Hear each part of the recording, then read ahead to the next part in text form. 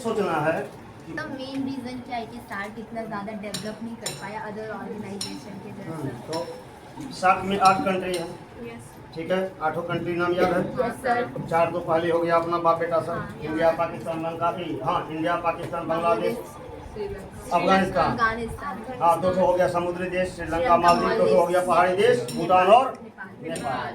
8 देश है, 8 देश की है लड़का, 8 देश की फॉरेन पॉलिसी विदेश नीति तो अलग अलग होगी। तो पहला रीजन ये था कि 8 का हित अलग अलग था, इंटरेस्ट अलग अलग था। दूसरा फैक्टर हो जाता है पाकिस्तान टेरर आतंकवादी घटनाएं, उसको लेकर चीज़ें आगे नहीं बढ़ सकी। और तीसरा जो सबसे मेन रीजन है वो है भारत, क्योंकि सभी कंट्री में सबसे बिग ब्रदर कौन है, बड़ा भाई कौन है? इंडिया। और हाल फिलहाल में अभी इंडिया क्या किया है कि सार्क की ओर से आप पता करेंगे कि 2014 से अभी तक में 10 साल में सार्क की किस अधिवेशन में हमारे प्रधानमंत्री नरेंद्र मोदी शिरकत की है? नहीं की। यानी कि कह सकते हैं इंडिया ने भी हाँ सार्क को आगे बढ़ाने के लिए उतना बेहतर कदम नहीं उठाया, इसीलिए सार्क कमजोर पड़ गया। अगर इंडिया अगर चाहता और सार्क के मेंबर भी अगर चाहते, आज सार्क एक बेहतर रीजनल ऑर्गेनाइजेशन, मजबूत ऑर्गेनाइजेशन होता और भारत उसकी लीडिंग रोल में होता, और अमेरिका आज या चाइना या रसिया हमें इस तरह से झुका नहीं था। तो ये इंडिया की गलती थी? हाँ, कहीं न कहीं इंडिया की फॉरेन पॉलिसी में गलतियां हुई है कि जो उसने सार्क को इग्नोर करके हाँ दूसरे रीजनल ऑर्गेनाइजेशन में जैसे अमेरिका के साथ, चाइना के साथ, रसिया के साथ जुड़ गया। ये नहीं जाना था, क्योंकि नरेंद्र मोदी जब प्रधानमंत्री बने थे उन्होंने पहला स्लोगन ही दिया था नेवर फर्स्ट, ठीक। और धीरे धीरे जैसे जैसे टाइम होते गया नेवर लास्ट होते गया। हम अपने पड़ोसियों से छोड़, ऐसा नहीं हाँ कि हाँ भारत है तो हम अपनी गलती नहीं कर मानेंगे, हमारी भी गलतियाँ हैं, तो थोड़ी बहुत गलतियाँ हमारी भी है, बाद बाकी गलतियाँ उन लोगों के लिए, क्योंकि सबका अपना अपना सेल्फ इंटरेस्ट होता है। और सबसे मेजर प्रॉब्लम होता है पाकिस्तान, जो कि किसी भी एग्रीमेंट को पूरा होने नहीं देता है, इसीलिए सार्क को भारत किस कारण से भी सार्क पर ध्यान रखा।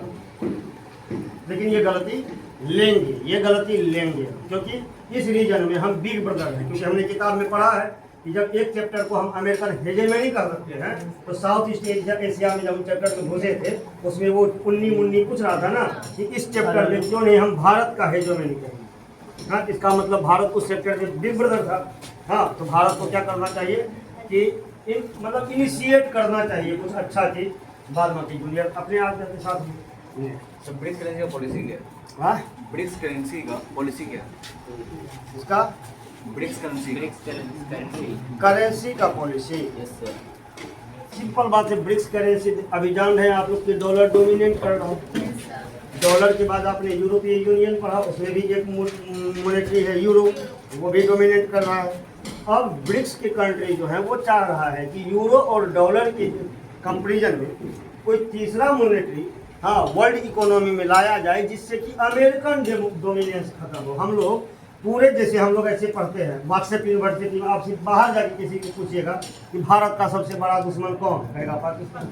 भारत का बड़ा दुश्मन कौन, चीन। लेकिन हम कहते हैं कि विश्व का सबसे बड़ा दुश्मन कौन, अमेरिका। और सबको बचना किससे है, अमेरिकन हेजेमनी से। अब क्लियर हो गया BRICS currency terms and condition कुछ है? हाँ, कुछ टर्म्स एंड कंडीशन इस करेंसी को यूज करने का?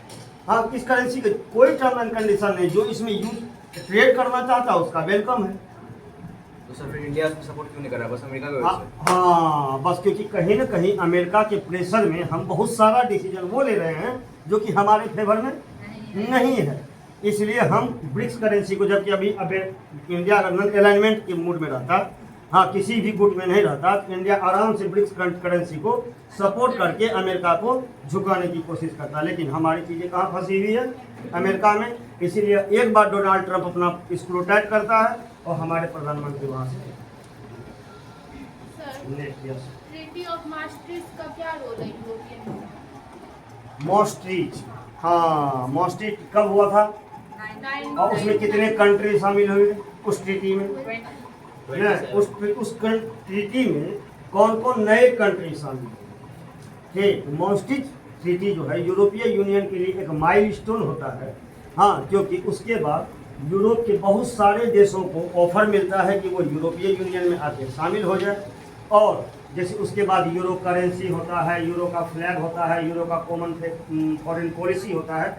ये सब जो कुछ भी एक्सरसाइज में लाया जाता है वो मॉन्टेस्क्यू के बाद ही, तो कह सकते हैं कि पूरा यूरोप जो कि अगर ये मतलब अलग अलग देशों में बटा हुआ था, उस यूरोप को एक साथ लाने में यूरोपियन यूनियन तो इम्पोर्टेंट रोल किया है, और उसमें सबसे वाइटल पाइवेटल रोल क्या कौन किया? मॉन्टेस्क्यू।